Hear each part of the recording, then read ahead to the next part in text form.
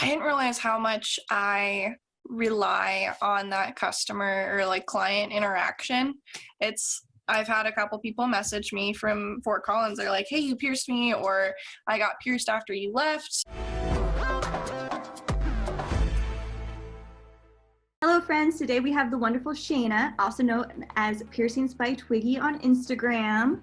I got to meet you in person actually the week before lockdown, and we were talking about having you come into the studio for a while, which is now postponed because the world is on a pause. But yeah, it's been a whirlwind since then. How are you today? I'm good. We're both just fucking awkward. Like I know, I'm awkward. It's weird when you get rid of that, like, kind of, when it's through a screen and it's not in person, it just it's odd at first and then it gets better later. Yeah. I just like keep remembering like that we sat in the office for like God knows how long with my roommates waiting in the parking lot. Where is she? You're like, I gotta go. And I was like, okay, but did you see this? That first time that I came in. You just moved to Oregon though. Yeah. That's awesome. Like in the middle of a pandemic, how'd that go? Well, I was visiting that week that I came and saw you, and then I decided to stay here for another week because I wasn't exactly a fan of getting on a plane with everything happening. So I wanted to give it like a week to see where things were. So it was getting on the plane was scary. So you're waiting for everything kind of to calm down, and then it didn't. And that's yeah. I honestly started getting worried about state borders closing down. I wasn't sure what the like plan was for all of that, and my plan's been to move out here for a while. I was gonna like May was my date, and with everything happening, I'm like, I'm just gonna go get my stuff real quick and then come back here while I still can. Because either way, we're all having to kind of like start over, and I really didn't want to wait for everything to blow over in Colorado, like get back into working, save up just to like move out here when I could just move out here and then do my start over once. Yeah. So that made the most sense to me. Yeah, no, that totally makes sense. I would do the same thing. I mean, we're gonna move anyways. Yeah, that was the plan. I just didn't realize how soon. And I saw your Facebook post, moved to Oregon. I was like, oh my gosh. Yeah, I wasn't playing around. I got on the plane, so I had a layover in Sacramento, and my flight from Portland to Sacramento, there was like 30 people. And then from Sacramento to Denver, there were 6 people on my flight. 6. I mean, you could social distance with 6. I mean, it's recyclable. Oh, yeah. But yeah, I got one of those seats with like all the leg room. I was super happy. My like 5'10" person was like leg room. Yeah. Yes. You are pretty tall. Yeah. Planes are. It was like my third or fourth flight ever. So, but yeah, I took my flight, got to Fort Collins, packed all my things in like a day and a half in my Prius. Like my Prius was chock full of just shit. And made it here. I think my flight was Monday or Tuesday, and I was back here on like Thursday, Friday. I'm impressed. Yeah. So I know we talked about a lot of this before, but I was like, I think our audience would be really interested, especially since you're thinking about coming to guest for us. So why did you choose Oregon? I wanted a fresh start. I've needed kind of like just a clean slate for a minute, and Oregon was a nice happy medium because I already have a lot of people out here that I know, and it's still a new location. So I was kind of able to ease into this fresh start. My roommates, they're from Fort Collins too. My roommate Cherish, they actually work over at a dorm, but they're from Fort Collins. Very so cool. Yeah, like our whole little pack is slowly moving out here. That's awesome. Yeah, Cherish had a sit down talk with me and like November, December, and they're like, you're not happy. Why don't you just move? Like, come visit. I promise you're not going to want to go back. And I believed them. And so far, I mean, with quarantine, it's not like I've gotten to explore that much, but. You like the view from the window. Yeah, it's great. The parks up until they closed. That's what it was like when we first went into like the soft lockdown or whatever. I was like, we can go on hikes. I was telling my fiance, I'm like, we'll go on hikes in the morning and it'll be great. And like the next day, stop going to the beach. Yeah. The parks. And I was like, well, what am I supposed to do then? Like, I can't watch Grey's Anatomy that many times in a week, you know, like. Yeah. It's one of those, like, I don't know if you've been a part of any of the like classes that have been going on for piercing. There's been a lot of online classes on Zoom, and it's super bittersweet because on one hand it's exciting to still be able to do something work related during all of this, but the call or the like Zoom conference ends and there's this like, is it done yet? Are we there yet? Like, yeah. But I know all of us are kind of struggling together. So yeah. I hear you. I'm going in the studio a few times a week to send out orders. Mm-hmm. And every time I go in, I'm like, you know, I'm in the piercing room and I'm using the Statum and I'm like, you know, looking at all of the equipment and I'm like, I want to interact with a human being so bad. So if someone calls with a piercing issue, I'm automatically like, oh, can you send me a picture of your issued piercing? Like, what have you tried? Like, oh, well, like, have you tried this? Oh, you want to hop on a Zoom call? I'll help you in person. Like, yeah. I'm like just so starved to help somebody that I'm like, yeah, let me see it. Like, let me see what I can do to help. It's been kind of cool to be able to do more of the customer care stuff than I think there was time for before. So I'm like, at least there's that, but yeah. I miss the transformation part. Mm-hmm. I didn't realize how much I rely on that customer or like client interaction. I've had a couple people message me from Fort Collins. They're like, hey, you pierced me, or I got pierced after you left, and this is happening. And I'm like, hi. Right? Like crying, like, oh, you called? Like, yeah, it's, but yeah, because it's like you develop such a relationship with your clients. I feel like if you're doing things right, like they're your friend almost, like they're your work friend, and not being able to have that interaction is more detrimental than I think I was prepared for. But here we are. Yeah, no, I agree entirely. I didn't, you know, being a manager, I don't get to be out on the floor very often. But when I do, I'm the happiest. It's like the happiest I ever am because I love talking to the customers. And I didn't even realize that as much as I felt like I wasn't on the floor, I missed it so much when it went completely away. Yeah. And yeah, it's like that, just like I have such a deep desire for someone to come in so I can help them. Like so much of a desire. It's crazy. I never even realized that was probably, I think, what I like most about the whole thing. People. Yeah. I feel like I always try to put on this facade like I'm an introvert and right? But no, I just want to talk to people. I just want to like put pretty things in them and just ask them about their day and them tell me about like whatever the heck they're getting pierced for. Like no, like straight up. Yeah. I was like, I've also always thought I was an introvert. Well, I thought it was like ambivalent, you know, the one who's exactly in the middle. Mm-hmm. But no, I'm for sure like more extroverted. I've never talked to myself so much than I have recently. Like my animals, they know everything about me now. Like I just talk to like people and they're like, oh my gosh, stop talking to me. Yeah, I'm starting to get to know like what my internal voice sounds like. Because I'm just like talking to myself. When I was driving here from Colorado, I stopped at a gas station like right at the border, and I was putting oil in the Prius, and I forget what. I was like scolding myself for something. And this woman is like, she works at the gas station, and she's walking in, and we just make eye contact. Like, don't worry about it. I'm just talking to myself. It's fine.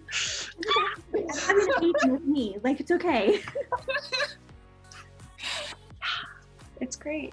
Everything's fine. Fine. I'm like joking with random like sales. Like, I'll go to the gas station before the Oregonians got to start pumping their own gas, which has been the funniest thing in the world to see. As I went to Fred Meyer's, and there's like a line of people, and they're like getting out of their car, and they're like looking at their car like, and then they look at like the gas attendant, and they're like, and then they like go to work this handle. and then they like hold it, and they're like, I don't know what to do with this, like, at all. Yeah. I was like super excited to not have to pump my own gas. And then like everything happened, and I've been pumping my own gas. But yeah, watching other people just like holding this gas pump, like, what is this? Like, with this, I'm still not really sure how much of a difference us pumping our own gas makes for the pandemic. I feel like it causes an issue because now everyone's touching the gas pumps, but yeah, no, I think it makes it worse if anything. But that's fine. It's okay. I don't eat gas that often. I shouldn't be, maybe it's because we shouldn't be leaving our house. No one has to touch the gas pump if no one leaves their house. That was just them telling, the world telling us, okay, enough about gas. Yeah. Well, I mean, honestly, we're supposed to be staying in the house, so we shouldn't be needing to go get gas anyways, but. Exactly. I was like, maybe that's, we wouldn't have to touch the gas pump if we didn't leave. Yeah. Like, you want to leave? Touch the gas pump. That's your punishment. Yeah, this is you what and everyone else who's leaving. Right. Well, and like then those people who still are working are having to touch it, and then what if like it's fine. I know, like my inner like OCD is like, oh no, that's a mistake. Yeah. Well, and like I'm sure there's people using gloves to pump their gas, just like there's people using gloves to go to the grocery store, but they're not using their gloves correctly. So it's just like the whole thing, it's just a True, which actually I was thinking it would be really great, because I know that we probably have audience members who know that gloves are a good idea, but they don't necessarily know correct PPE. Did you want to just touch on that a little bit for our audience so they could maybe use the gloves that they have a little bit more safely? Well, I think, first of all, we shouldn't be going out any more than we need to be. Yes. But people realizing that when you put your gloves on and then you're touching like your phone with your gloves on, and then you're touching the produce, it's cross-contamination. So whatever you were touching with your bare hand with your phone, that you're now touching with your glove, you're getting that on your glove. Now that's on the produce that you just touched. It's trying to like kind of figure out a way that's going to be more condensed rather than like when I feel like if there's like there should be a full-on video made to kind of help people and maybe demonstrate that. Good idea. Yeah. Because there's so many ways that people are learning. I think having like a list put out, like something that they can see, and then someone talking about it, and then someone visually showing them. That way all types of learners can kind of absorb that knowledge. Yeah, no, that's a great idea. That's actually, I was thinking that too, because me using gloves pre my PPE course, my bloodborne pathogens course, versus me using gloves after, completely different person. Yeah. I mean, like, I did that guest spot over at Brand X, and they use sterile gloves, and getting to kind of like incorporate that and learn how to use that in my setup was like, what? Like, right? Yeah, we have some sterile gloves. They're kind of cool. I love them so much. Yeah, it's something about putting on clean gloves that just really nice. Yeah. Have you noticed all like the gloves that are like in parking lots? And yeah, so I think just for the purpose of this video then, anyone who's listening who's curious, the best way to go about, until we release a full video actually explaining all of this a little bit easier, would be to change your gloves after every time you touch something, and then at least you touch your person. So you can get more nuanced from there, but that'll be the first step for a little bit more safety. Is if you're going to touch something, you don't touch your glasses, you don't touch your face, you don't touch your hair. That's actually why the CDC is recommending masks. It's not from transmission of germs. It's because people are touching things and then touching their face.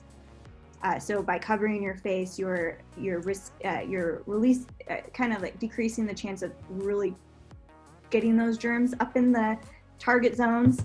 And then by changing your gloves between your personal and what you're picking out will do wonders. And then the correct way to change your glove is from the inside. I actually have a glove. I do like I use resin and I have one glove. Oh, perfect. Yeah, let's use the one glove. Yeah, because I've just been using it for like stir resin and stuff. So I'm just gonna keep reusing it, but I'm not using it for like anything other than that. All right, glove on, finger underneath the lip, and whoop. Perfect. Exactly, and that will help off greatly. And then one of the perks of grocery stores is, even if they don't have the Purell wipes still in stock, they do have that trash receptacle there. And so just plop your glove in before you leave the store. And then if you are lucky enough to have any hand sanitizer in your purse, pop it on your hands before you put your car keys. Remember when I showed you my hand sanitizer when I came to visit, and you were like, I think it was you that was like, yes, you need to keep that in there. Like, someone's going to take your hand sanitizer. They started selling it again at the grocery store. I was like, yes, I bought one bottle because I'm not going to hoard it. I'm going to save it for everybody else.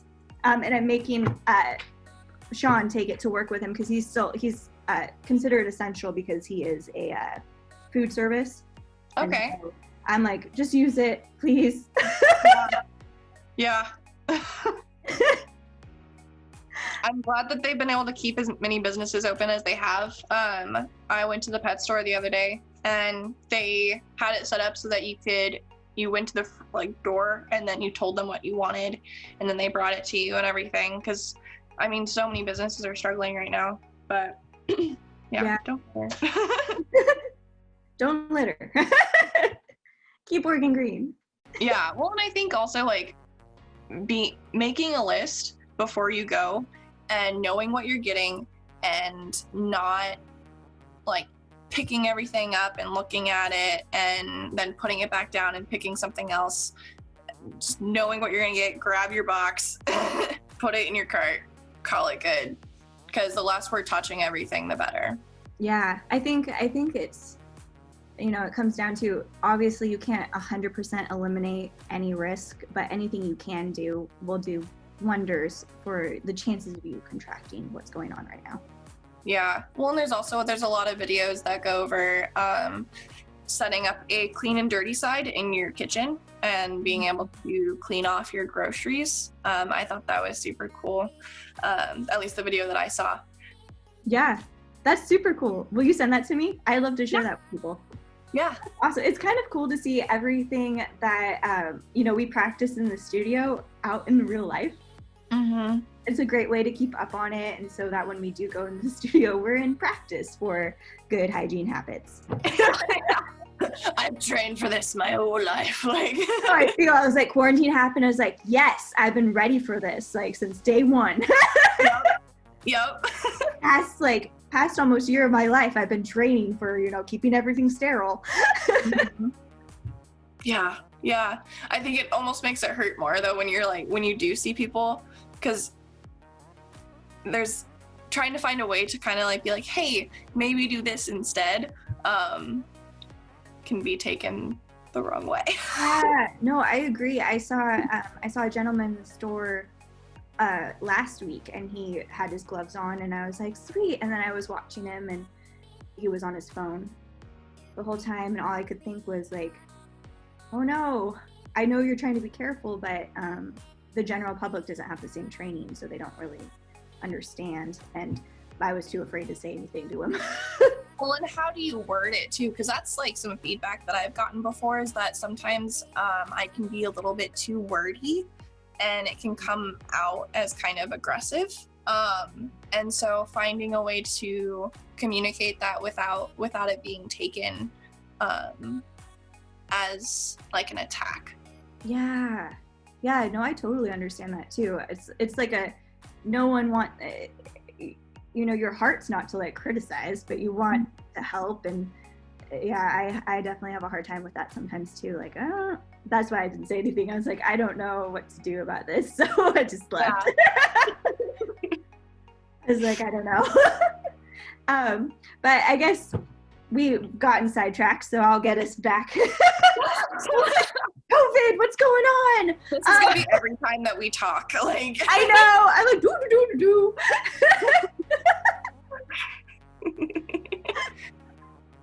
Love it. So I guess let's kind of rewind a little bit. So you moved to Oregon. We learned why you thought about Oregon. So what I really loved when you first came in is I asked you, what's your work style? And at first you're like, what do you mean?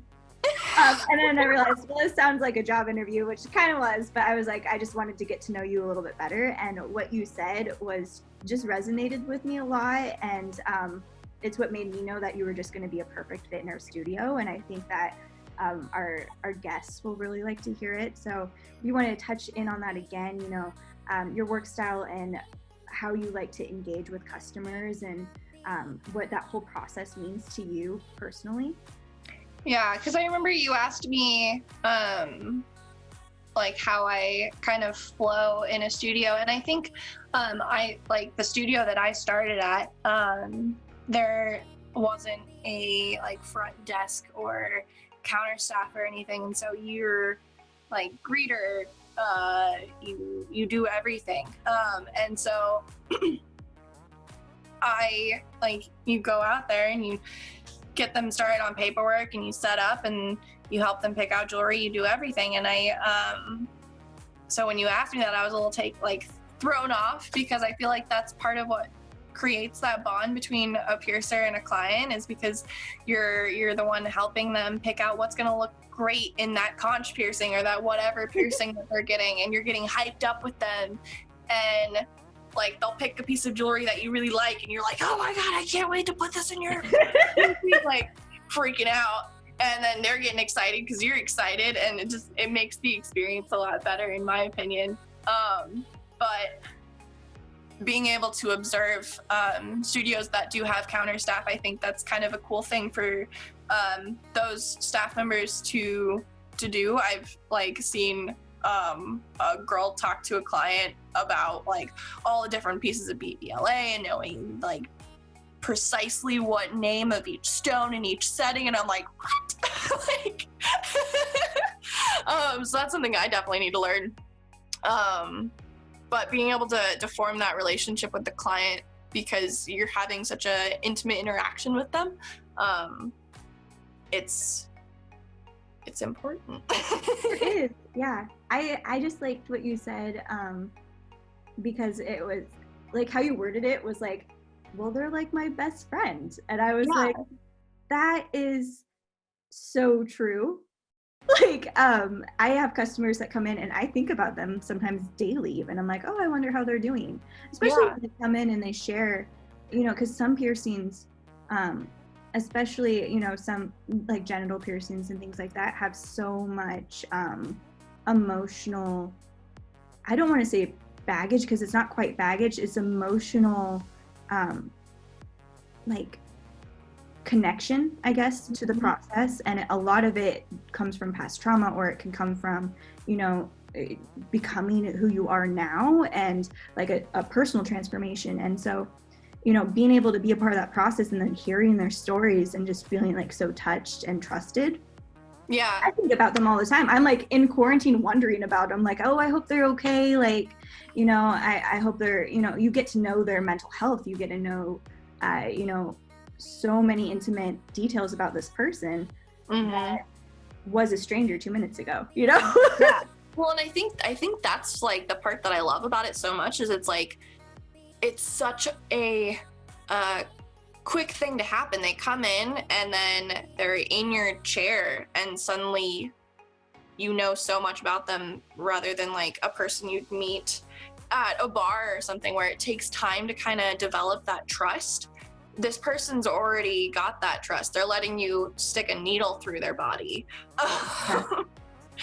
But even with like non-intimate piercings, the things that come with that, I think I told you then, I had a client that came in and they were possibly going to be going through a divorce, and they would just sit in my chair for like 20 minutes before we even started cleaning them off, and we would just talk. And I didn't really know this person before then, but they trusted me to be able to come in and talk to me and word at me and work through it, and then get the piercing that's going to make them feel better. Yeah, it's almost like I'm not a piercer, but I have been what I like to call myself a professional third wheel, because I'm not the piercer and I'm not the person getting pierced, but I've definitely held some hands, like, you know.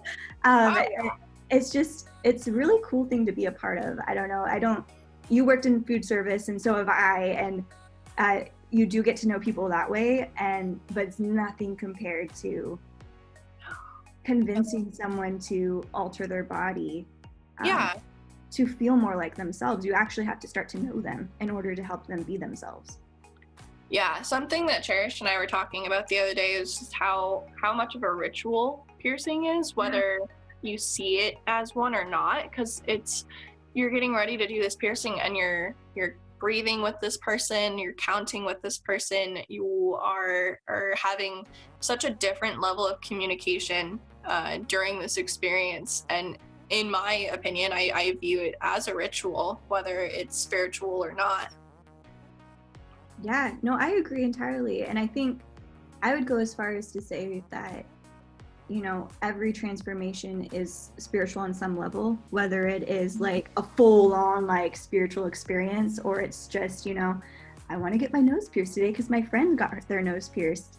I've been talking to some other people during these interviews, and what the consensus has been from every single one, like customers, non-customers, artists, it's been really interesting, is anyone who's been modified is, until they made those decisions for themselves in some way, they weren't able to do other things. So like artists had artist block, and they couldn't really create until they had dyed their hair, gotten their tattoos or anything like that, because it was like, you can't be yourself until you become yourself.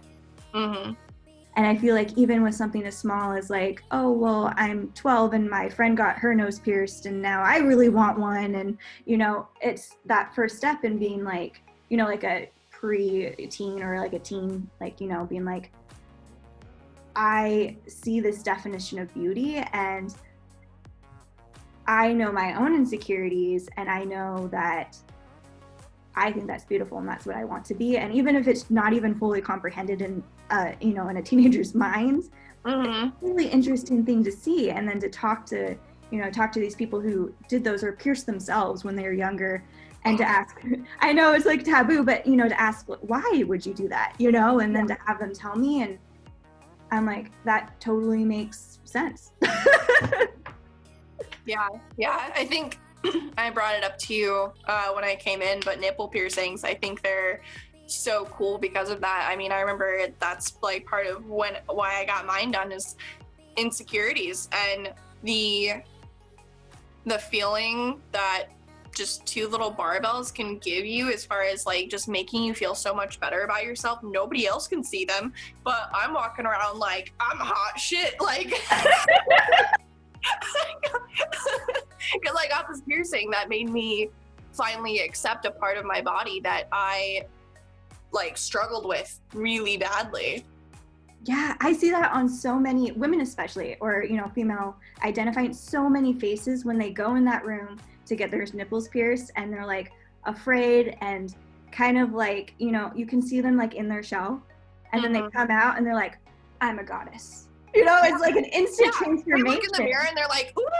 They're like, I know what I'm doing. Like, look at me. Like, obviously you can't see it, but like that just level of like joy and like just like confidence, like just like beams off of them, and you can see it every single time you see them again. Like, I might see them in like 3 years and they might not even have them anymore, only have one, and they're still beaming. They're like, I have fully accepted a part of my body that society has so many opinions on. Yeah. Like, God forbid you have too small of boobs, too big of boobs, medium, normal boobs. Like, how dare you?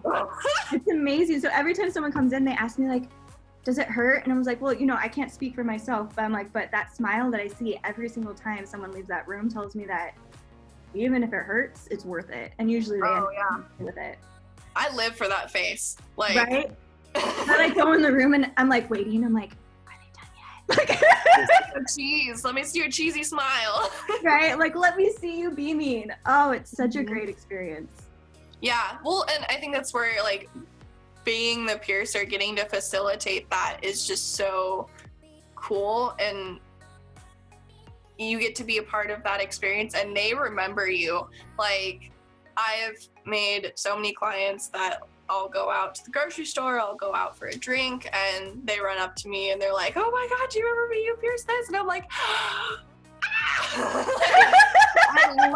I love it because that's where that kind of like friendship thing comes in. Is like, we made this relationship in that room and now like we're bonded in a way. It's true. It's like that. It's like there's nothing like it. I mean, I'm going to be interviewing some hairstylists because I'm really curious to see if like other body modification practitioners experience similar things within different areas. But I've never seen anything like it. It's just such an amazing thing to be a part of. Yeah, it's just super unique. I guess before I, let you go and enjoy the sunshine, because got to enjoy it while we have it, even if you're inside, is since you are a piercer and you're thinking about, what you would be doing, as soon as quarantine's over, what piercing are you most excited to do? And have you thought about what jewelry you would put into it? I think my favorite's always just symmetrical nostril piercings. I love doing them. And I've been obsessed with all these bee-related pieces of jewelry I've been seeing. There's the bees from BBLA, and they've also got their little honeycombs. And then, as cheesy as it is, I keep seeing Oregon sunstone circulating, and I'm like, oh, it's beautiful. So cool. But no, I keep sending pieces of jewelry to friends, like, what about this one? What about this one? Yeah. I've seen so many cool pieces. Everyone's trying to like post now that we're under quarantine. Make sure everyone sees their jewelry before we get back into it. But yeah. What got you into all of this? Like the industry? So my first experience was really, like, my first real experience was actually at Avanti. Okay. I was a customer and I had been shopping at the mall for a t-shirt for work, and I could not find one anywhere. And I was like, oh, there's a body jewelry store and it's elegant. Let me go in. And I was talking to the piercer there. I believe her name was Erica. And they were talking to me about just the different jewelry. And I was like, do you know anywhere I could go to get pierced so I could actually wear this jewelry? And they're like, oh, well, we could pierce you. I'm like right now? And like, yeah. So I was like, sweet, I'm down. And so I got my septum pierced. And for me, that was a huge transformative piercing because it was taboo in my family and it was taboo in all the relationships I'd had up until that point. Oh, yeah. Right? And it's like such a polarizing one. And I was in a pretty emotionally abusive relationship with this guy. and he would, I know, shocker, right? Like anything that usually leads to big, like dramatic face piercing, it usually has to do with some sort of relationship baggage. But I was like, I think it was one of the first things to be like, no, like I'm done with him and I'm done with feeling that way. And so I got my septum pierced, and after that I was like obsessed. And then Avanti posted a job posting, and it was all I could think about was this opportunity to work at the shop where I had started to feel like myself for the first time really ever. Mm-hmm. And when I started working there, like I couldn't get enough of it. Like even though the piercing Bible is outdated, like I read it and I was like talking to people, and I was just like literally soaking up as much information as I could. Like any guest piercer that would come in, I'd like ask them a bunch of questions, and I would try to practice my sizing, and I would always guess the sizes first and then see what the piercer said. And then we like had a piercing chart for like all the recommended sizes, and I would just study it. And yeah, like I dove in, just became absolutely obsessed. And you know, I think that what kept me going is very much the same thing that kept you going and kept you like wanting to dive in, and that was just the connection with people. And when they come in looking like how I did when I first came in, and then when they leave feeling like how I feel now, it's just being able to do that for someone else. I know how much it means for me and how much it meant to have that happen to me, that it's all I want to do. I got lucky because my mentors, I kind of had to, because Shane back in Fort Collins, he was my like main mentor, and then JoJo, they're best friends. That's awesome. And they both taught me throughout my apprenticeship. But Shane pierced me since I was like 13 or 14, and so then when he started teaching me how to pierce, it was this whole new bonding experience, because I had been coming to him since I was a little like terrible teen. Oh, that's awesome. With my mom, and then he's like, I get to just be right on his shoulder, like, what you doing? What'd you do? Why'd you do that? How'd you do that? Right? Yeah. And then I mean, JoJo and Shane have very different piercing styles, and so I got lucky in kind of having two mentors and getting to learn how both of them do it and kind of form my own way of doing things that's like a mesh of these two men. That's awesome. That's so cool. So as you've been, I know I said that was my last question, but apparently it's not. You've been guesting, right? Yeah. So how has then learning from other piercers beyond those two, how has that shaped you now? It's oh my gosh.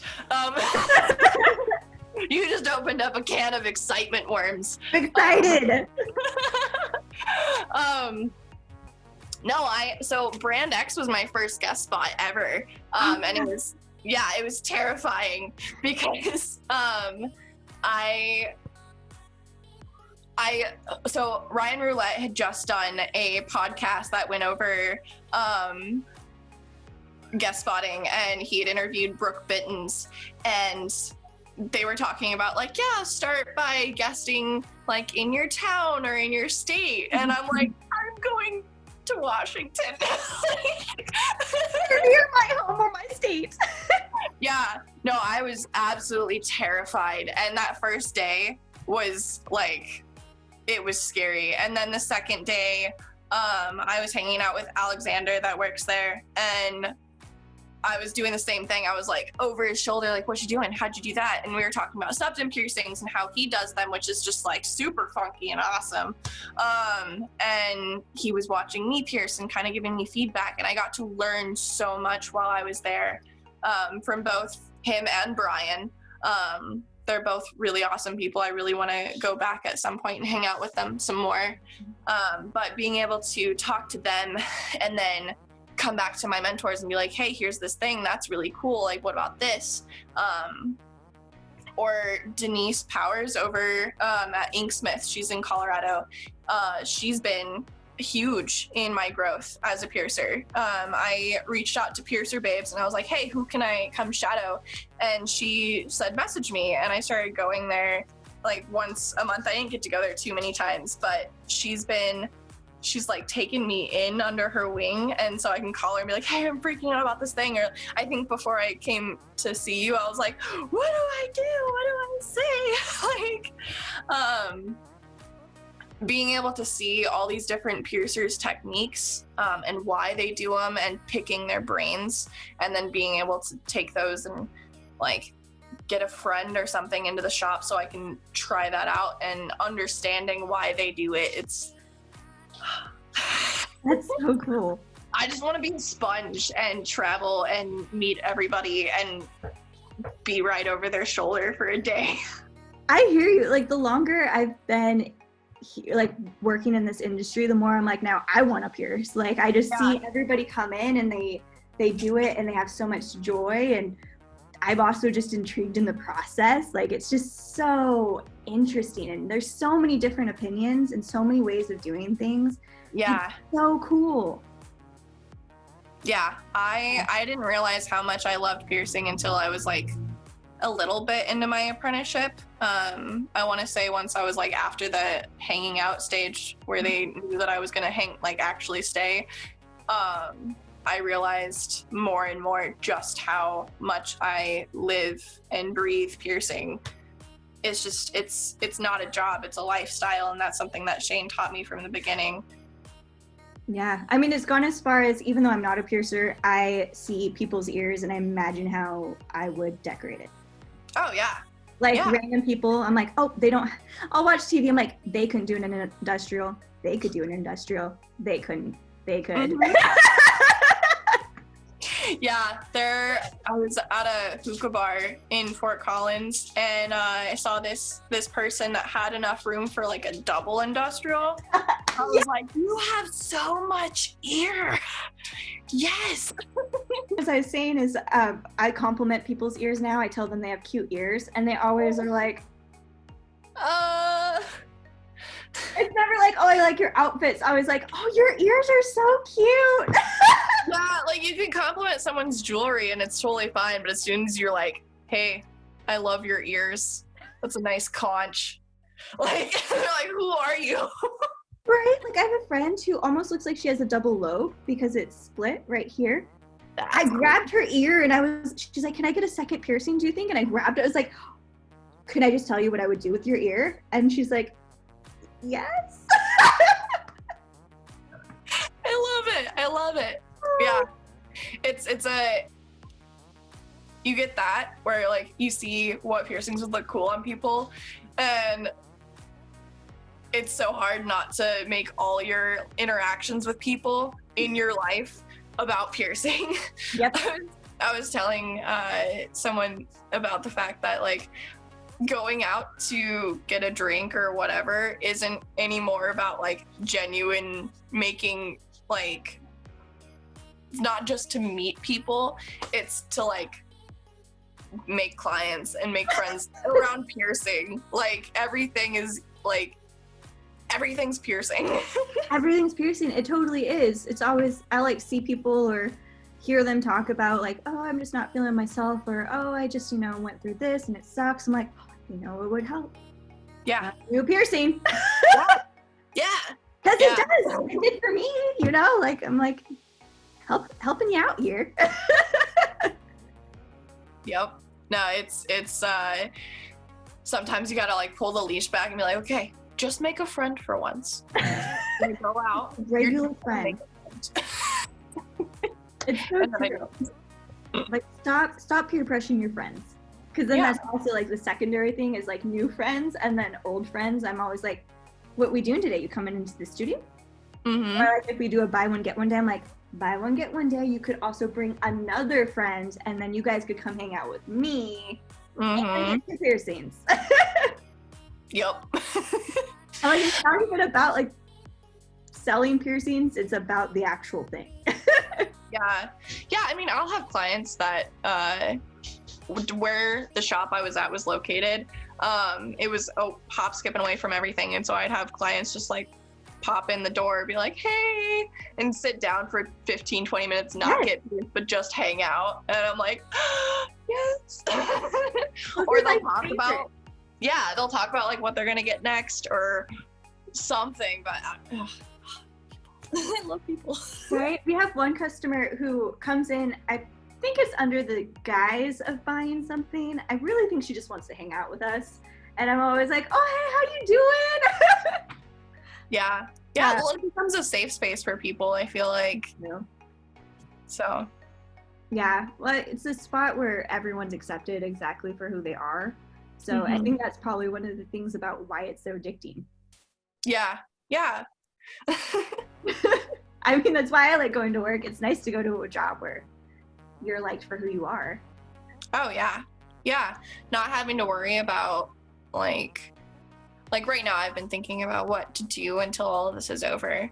And I applied at both the grocery stores around here, and I'm sitting here like, okay, what am I going to have to take out in order to be able to work during all of this? Because you have to look a certain way. You have to be approachable. And you are lucky in Oregon that a lot of places are okay with it. Yeah? Yeah, you actually might be surprised. Good to know. I love my bridge piercing, but I know if I take it out, it's a goner, and I'm like, I don't want to lose it. Check out a coffee shop. Okay.